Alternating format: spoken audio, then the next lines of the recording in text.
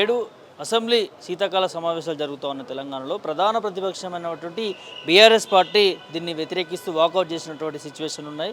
చాలా అంశాలు ఉన్నాయి, అడిగి తెలుసుకున్న ప్రయత్నం చేద్దాం. మనతో పాటు బీఆర్ఎస్ నాయకులు రాకేష్ రెడ్డి ఉన్నారు. అన్న నమస్తే. ఎట్లా చూస్తారు అసలు బీఆర్ఎస్ పార్టీ ప్రధాన ప్రతిపక్షం అసెంబ్లీని కొట్లాడాలి, మరి వాకౌట్ చేసిరు, నిరసనలు తెలుపుతా ఉన్నారు, ఏం చెప్తారు? అసెంబ్లీ ఉన్నది ప్రజా సమస్యల మీద చర్చించడానికి, ప్రజా సమస్యలకు ఒక పరిష్కారం చూపడానికి, ప్రజా సమస్యల చర్చకు పరిష్కారానికి ఒక చక్కని వేదిక అసెంబ్లీ. కానీ దురదృష్టకరమైనటువంటి విషయం ఏంటంటే అసెంబ్లీని ఒక పీసీసీ కార్యవర్గ సమావేశం పెట్టుకోవడానికి ఒక వేదికలాగా తయారు చేసుకున్నారు. తెల్లారులేస్తే కాంగ్రెస్ పార్టీ భజన, రేవంత్ రెడ్డి గారి భజన, దానికి మళ్ళీ స్పీకర్ వత్తాసు పలుకుడు, ముఖ్యమంత్రిని విమర్శించొద్దట. ముఖ్యమంత్రి ఏమైనా ఆకాశం నుంచి ఊడిపడ్డా? బీఆర్ఎస్ పార్టీ ఎమ్మెల్యేలు ఎట్లయితే ప్రజల చేత ఎన్నుకోబడ్డారో ముఖ్యమంత్రి కూడా అట్లే ఎన్నుకోబడ్డాడు కదా. అంటే మీకు భజన చేయడానికి ప్రజలు బీఆర్ఎస్ పార్టీ ఎమ్మెల్యేను ఎన్నుకొని అసెంబ్లీ పంపించిందా? ఏం మాట్లాడుతున్నారు అసలు? ప్రజాస్వామ్య స్ఫూర్తి ఉన్నదా అసలు కాంగ్రెస్ పార్టీకి? అచ్చా, అది కాదు. ఏమనంటే కేసీఆర్ గారి మీద బూతులు మాట్లాడతాడు. అది నాకు అర్థం కాదు. తెలంగాణ తెచ్చిన నాయకుడు, తెలంగాణను అగ్రగామిగా నిలబెట్టిన నాయకుడు, ఆయనను విమర్శించి నువ్వు సాధించేది ఏంది? ఈరోజు ఎవరు అధికారంలో ఉన్నారు? నువ్వు అధికారంలో ఉన్నావు, చేయాల్సింది ఎవరు? నువ్వు. మరి కేసీఆర్ గారి మీద ఎందుకు మాట్లాడుతున్నావు? అంటే కేసీఆర్ గారి ప్రస్తావన లేకపోతే ఆయన పొద్దుబోదు. ఆయన అధికారంలో రావడానికి కేసీఆర్ గారి పేరునే వాడుకున్నాడు, ఇలా అధికారాన్ని నిలబెట్టుకోవడానికి కూడా కేసీఆర్ గారి పేరునే వాడుకుంటున్నారు. కేసీఆర్ గారి ప్రస్తావన లేకుండా రేవంత్ రెడ్డి గారు పొద్దు గడవదు. ఈ విషయాన్ని పదే పదే వాళ్ళు చెప్పకనే చెప్తున్నారు. కేసీఆర్ గారిని కసబ్తో పోలుస్తాడా? ఇంతకంటే దుర్మార్గం ఇంకోటి ఉంటుందా? ఒక ఉద్యమకారుని ఉన్మాదితో పోలుస్తావా? ఒక విజనరీని ఒక విధ్వంసకారుడితో పోలుస్తావా? అదే కాదండి. దేశ ప్రజల ప్రాణాలు తీయడానికి కసబొస్తే ఆత్మహత్యలు చేసుకుంటున్న రైతుల ప్రాణాలు కాపాడడానికి కేసీఆర్ గారు వచ్చిండు. దేశాన్ని కొల్లగొట్టడానికి కసబొస్తే ఒక రాష్ట్రాన్ని నిర్మాణం చేయడానికి కేసీఆర్ గారు వచ్చిండు. ఆయన బాంబులు పెట్టి దేశాన్ని కొల్లగొట్టడానికి కసబొస్తే ఈరోజు మీరు బుల్డోజర్లను పెట్టి పేద ప్రజల బతుకులను కొల్లగొట్టడానికి మీరు వచ్చింది. కాబట్టి ఏం మాట్లాడుతున్నారు అసలు రేవంత్ రెడ్డి? ఎక్కడ కేసీఆర్ గారు, ఎక్కడ కసబు, ఎక్కడ రేవంత్ రెడ్డి, ఎక్కడ కేసీఆర్? ఈ విషయము మరి అర్థం చేసుకొని మాట్లాడితే బాగుంటుంది. ఉరి తీయాలంటాడు.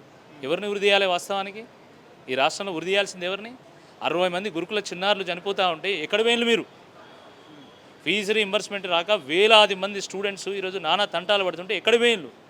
ఉద్యోగాలు రాక ఈరోజు వచ్చి రాని ఆ బతుకులు ఎల్లదీస్తూ ఉన్నారు కదా హాస్టళ్లలో.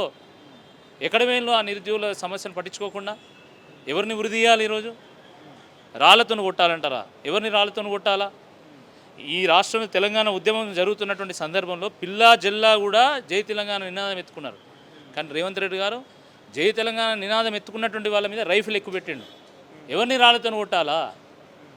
ఎవరు కసాయి, ఎవరు కసబు అన్నీ ప్రజలు గమనిస్తున్నారు.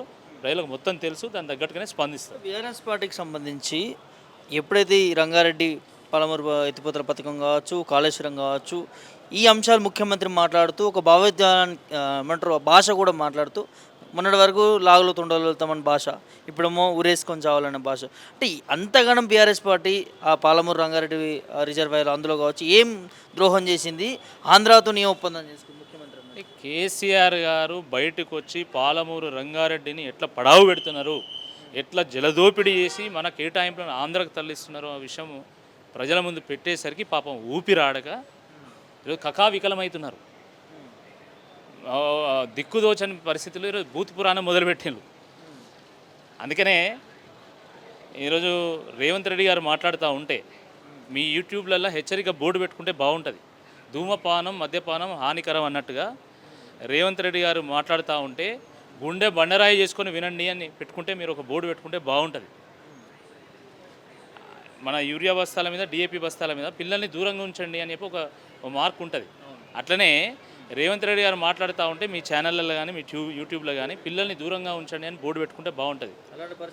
అలాంటి పరిస్థితి తెలంగాణ వచ్చింది. ముఖ్యమంత్రి ఆ స్థాయిలో దిగజారిపోయాడు. ఆయన ఒక విజనరీగా మాట్లాడాలా, ఒక ప్రణాళికను ఆవిష్కరించాలా. అది కాకుండా తెల్లారులేస్తే ఒక విధ్వంసకారులాగా, ఒక విచ్ఛిన్నకర శక్తిలాగా నేను కేసీఆర్ నిడతా, కేసీఆర్ ఇంత తక్కువ చేసిండని ఈ రాష్ట్రం. ఎక్కడో 10 జిల్లాల తెలంగాణలో 9 జిల్లాలు వెనుకబడ్డటువంటి ఈ ప్రాంతాన్ని ఈరోజు అగ్రగామిగా తీర్చిదిద్దిండు. 1,12,000 రూపాయలు ఉన్నటువంటి తలసరి ఆదాయాన్ని 3,87,000 కోట్ల రూపాయలకు తీర్చిదిద్దిండు. ఆకలి కేకల తెలంగాణ అన్నపూర్ణ తెలంగాణగా మార్చిండు. బీడుపడ్డటువంటి తెలంగాణ పచ్చబడేసిండు. ఏం తక్కువ చేసిండు కేసీఆర్ గారు? ఆయనను పట్టుకొని నువ్వు ఈరోజు సావాలే, రాళ్లతోను కొడతాము, కసబ్తోను పోలుస్తావు. ప్రజలు ధీటైనటువంటి సమాధానం చెప్తారు. పంచాయతీ ఎన్నికల్లో ప్రజలు పట్టపగలే మీకు చుక్కలు చూపెట్టును. అయినా బుద్ధి రాకపోతే తప్పకుండా మిమ్మల్ని బొందబెడతారు శాశ్వతంగా అనేటువంటి వాస్తవాన్ని గుర్తుపెట్టుకుంటే బాగుంటుంది. ముఖ్యమంత్రి ఒక ఫ్రస్ట్రేషన్లో ఉన్నాడు అనుకోవచ్చా కేసీఆర్ బయటకు వచ్చిన తర్వాత? 100% ఊపిరి ఆడతలేదు ఆయనకు. కేసీఆర్ గారు బయటకు వచ్చేసరికి వీళ్ళు చేసినటువంటి కుట్రలు కుతంత్రాలు అన్నీ బయట పెట్టేసరికి, బట్టలు ఇప్పి బరివాత నిలబెట్టేసరికి పాపం ఊపిరి ఆడక ఈరోజు ఈ రకమైనటువంటి భాషను ప్రయోగిస్తున్నారు. ముఖ్యమంత్రిగా ఎన్నుకున్నది పరిపాలన చేయడానికి, అంతే తప్ప ఈ పిచ్చి మాటలు మాట్లాడడానికి కాదు.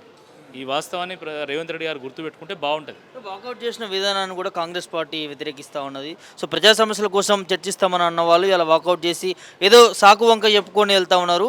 నిజాన్ని ప్రభుత్వం ఎక్కడ బయట పెడుతుందని భయపడి బీఆర్ఎస్ ఎమ్మెల్యేలు బయటకు వెళ్ళిపోయారు అనేది మాట్లాడుతూ ఉన్నారు. ఇప్పుడు స్వయంగా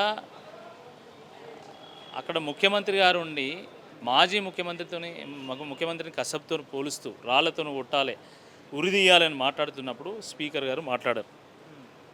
కానీ బీఆర్ఎస్ పార్టీ ఉపనేత అయినటువంటి హరీష్ రావు గారు లేచి పాలమూరు రంగారెడ్డిలో ఏం జరుగుతున్నది, ప్రజా సమస్యలు ఎట్లున్నాయని చెప్పేటువంటి ఒక ప్రయత్నం చేస్తే ముఖ్యమంత్రిని విమర్శించొద్దని స్పీకర్ మాట్లాడతారు. అసలు ప్రతిపక్ష పార్టీల ఎమ్మెల్యేల హక్కులను కాపాడలేనటువంటి స్థితిలో అసెంబ్లీ స్పీకర్ ఉన్నాడు. మరి ఏం చేయాలి అంటే కాంగ్రెస్ వాళ్ళు మాట్లాడుతుంటే సపోర్ట్లు కొట్టుకుంటూ కూర్చోవాలన్నా? ప్రజలు మమ్మల్ని ఎన్నుకునేది ఎందుకు? ప్రజలు ప్రతిపక్షాన్ని ఎందుకు ఎన్నుకుంటారు? ప్రతిపక్షం అనేది ప్రజల పక్షం, ప్రజల పక్షం వహించి పోరాటం చేసేటువంటి ఒక దళం అది. ఆ దళానికి బలాన్ని ఇవ్వకుండా మీరు బలహీనపరిచి వాళ్ళు అయినా ఆడనే కూర్చొని మన కాంగ్రెస్ పార్టీ చెప్పేటువంటి ఆ అబద్ధాల ఆ హిస్టరీ అంతా కూడా మేము వినాలి అంటే ఎందుకుంటామండి? నాకు అర్థం కాదు. అరే మీరు చట్టసభలో మా గొంతు నొక్కితే జనసభలో గర్జిస్తాం. ఒక్క గొంతు నొక్కితే అసెంబ్లీలో హరీష్ రావు గారు గొంతు నొక్కితే, అక్కడ కేటీఆర్ గారు గొంతు నొక్కితే వేల గొంతులై తెలంగాణలో గర్జిస్తాము. గ్రామాన వెళ్తాము, డప్పు కొట్టి సావటింపు చేస్తాము, ఇంటింట చర్చ పెడతాము.